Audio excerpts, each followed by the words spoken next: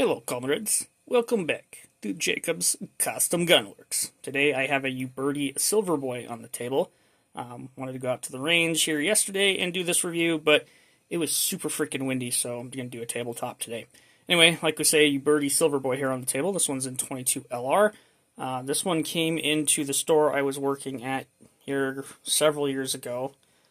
Gentleman brought it in and decided he wanted something else, so I ended up picking it up. Took it in on trade, and I have fallen in love with the gun ever since.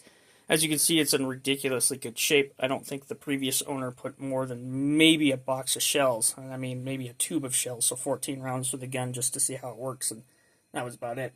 Other than that, it's in ridiculously good shape. And I wanted something different than a Henry, personally, just because, something different. Anyway, like we say, Silverboy, it is super, super shiny, and yes, it shows every fingerprint and stain that you can possibly imagine, so it's kind of a pain there. Really pretty gun. Wood's in really, really good shape. Does have iron sights. Oh, there you go, there and there. The only problem is this came in with the scope mount on it like that, and yeah, I could take it off. I just decided not to mount a scope on it, but the scope mount is actually tall enough that you can't use your iron sights, which is kind of a bummer, but it is what it is. It does hold 14 rounds, 19-inch barrel.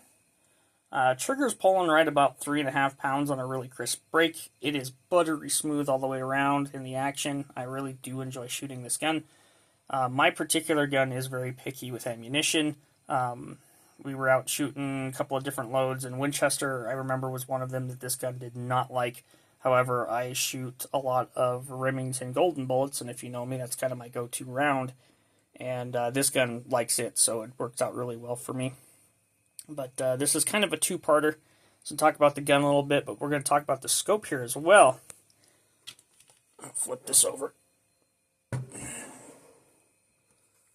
we go. Yeah, there. Alright, so what we have here is a cheap Amazon scope. This is a UUQ scope, or Uniform Quebec. It's a 3-9x40. I picked up on Amazon for like $30. They're really, really cheap.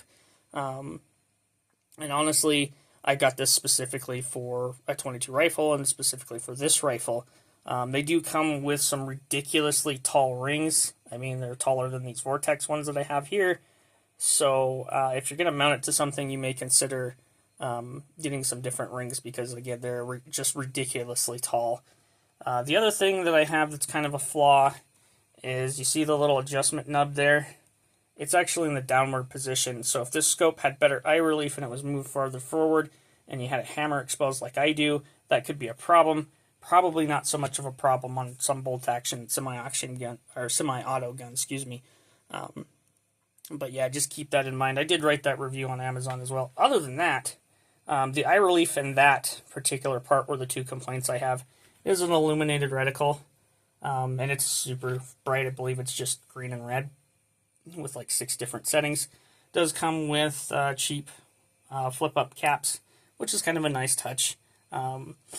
If you do plan on using these, I would maybe put maybe a bead of electrical tape around your scope so these hold a little better. But the snaps in here do hold pretty well.